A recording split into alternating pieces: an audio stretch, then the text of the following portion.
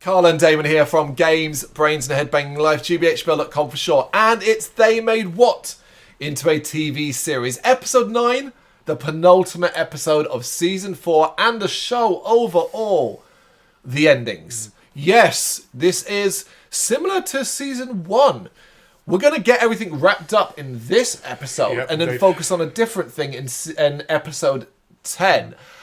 How do you feel about that? Do you enjoy the idea of wrapping everything up, like, to a degree in episode 9, and then having 10 be a slower, more aftermath thing? I think season 10 ending is perfect. I think they showed the peacefulness at the end of season 10. I like it too, actually. Yeah. You know, I actually really like it too. Mm-hmm. I think otherwise you would have had to rush certain parts of it. Because then the battle, the big final battle, would have been, say, at minute 20, and you've got 4 minutes to then throw everything in. Instead, they wanted to take the time, and they wanted to show you what everyone else was doing. Mm-hmm. One final catch-up with everybody. But that's the next episode. Yeah. Let's focus on this, because it's war, it's fight, it's death. Unbelievable. Literally. Yeah.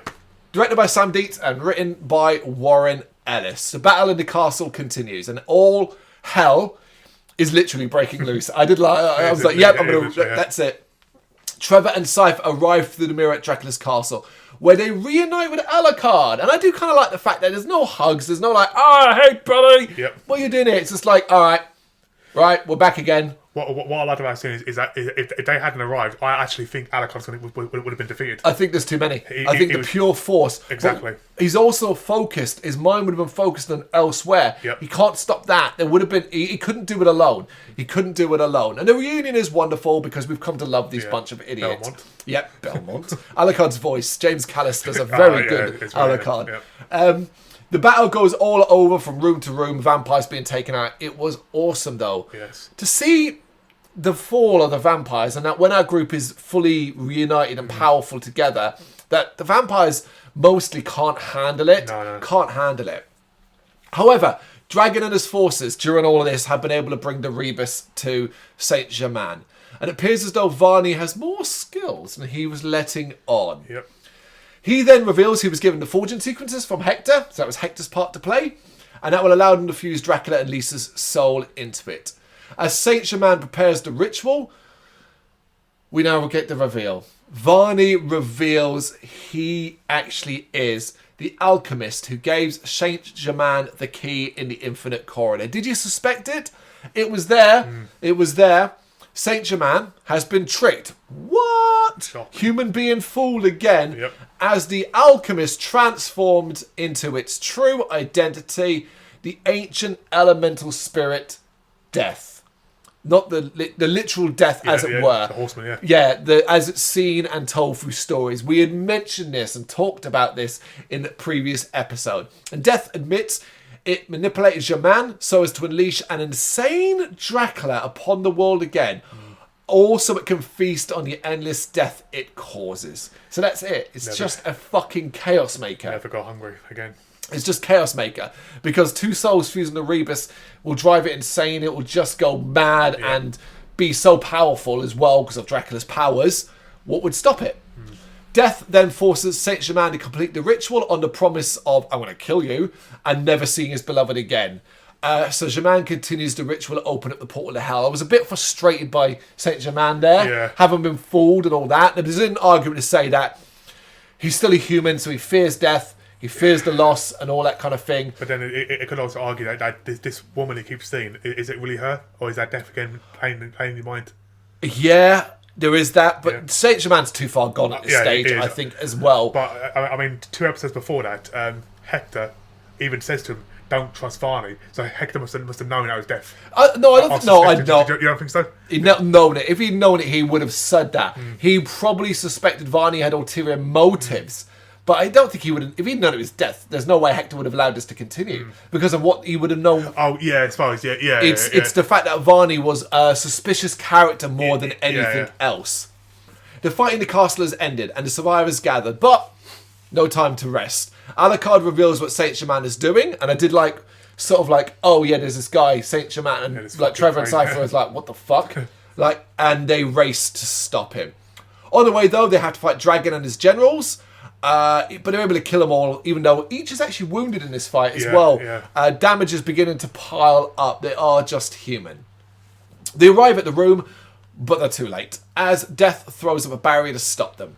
Realising that Death is behind everything, Trevor uses the Morning Star Whip, which of course is a very famous Castlevania whip, to break the magical barrier.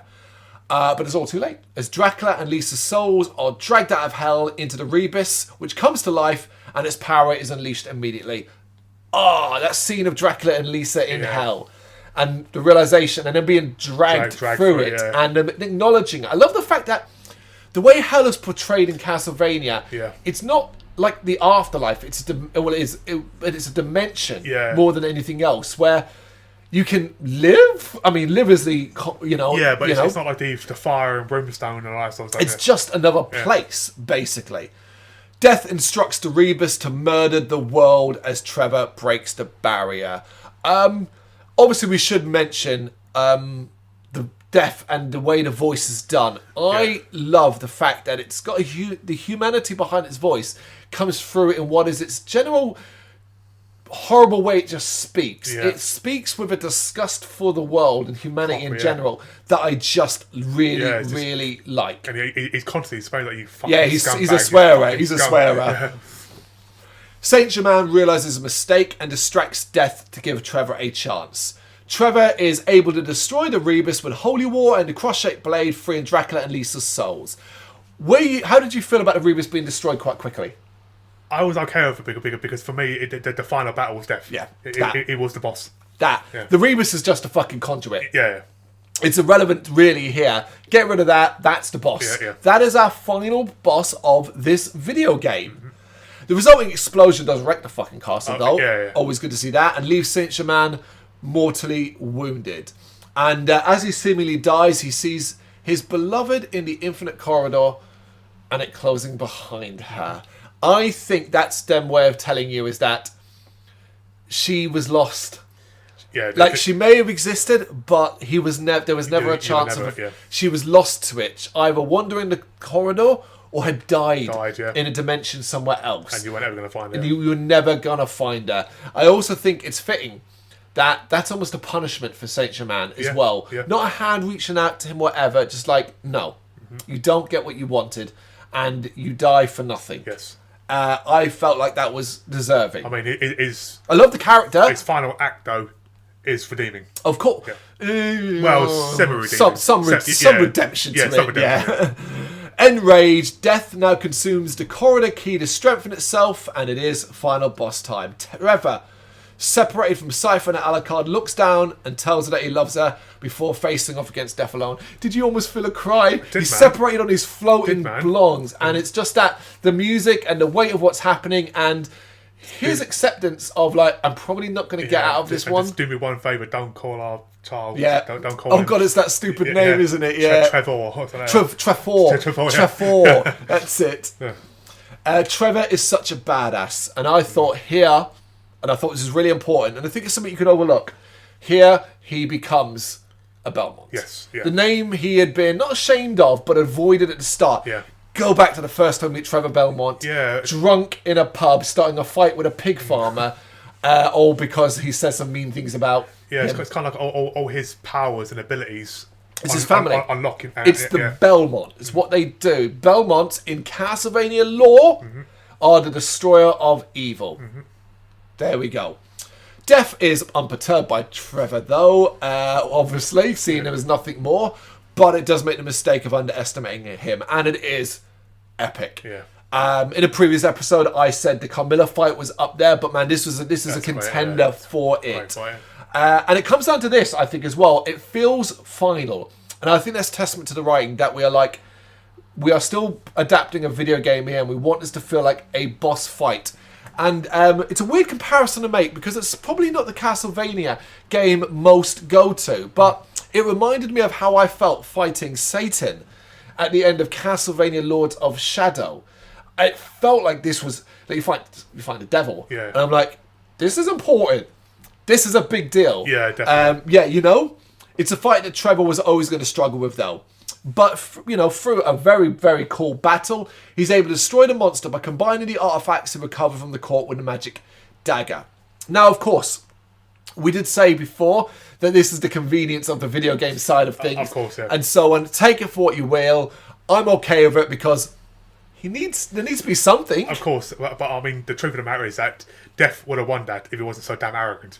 He honestly thought that you're just a fucking human. Yeah. That's all he kept saying. You're a fucking human. Yeah. He almost can't believe the defiance that a human would even consider this a fair fight. Oh, still standing. Yeah. Oh, he fell down. Proper mocking him. Yeah, and I like that. But Trevor is badly injured in this as well. But he stabs Death, destroying it. And we see a massive explosion occurs that engulfs Trevor too. And that sort of final shot of the thing that they were standing on, the piece of rock that had separated from the castle, beginning to fall. And that's how he ends. And you're like, oh.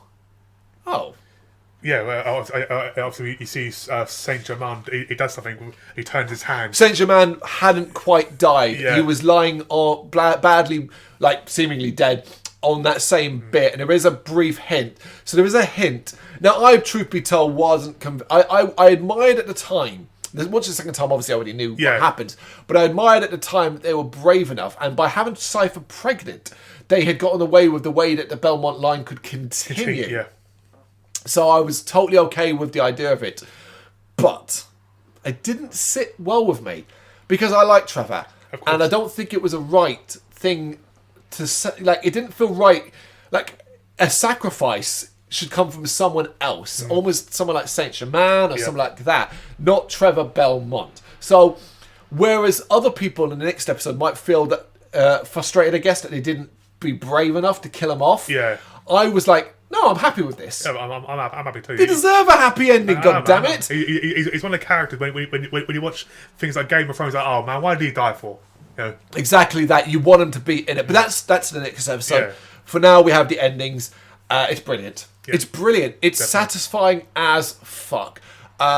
Everything. What I love more than anything is that each time, even though Dracula has been the spectre that has hung over this show ever since the point of he died, they never were like, oh yeah, we're going to refocus on him. It was like they were like, no, we want to move forward from him. Because even in killing off the Rebus, and when him and Lisa are trapped together and their confusion as they're talking to each other at the same voice, I have no idea what that must feel like. But yeah, that was brilliant as well. Do you think he kills Death, or do you think he sends Death back to the... I think Death... I don't think it's killing Death. Yeah, he can't be killed. I think it's an entity...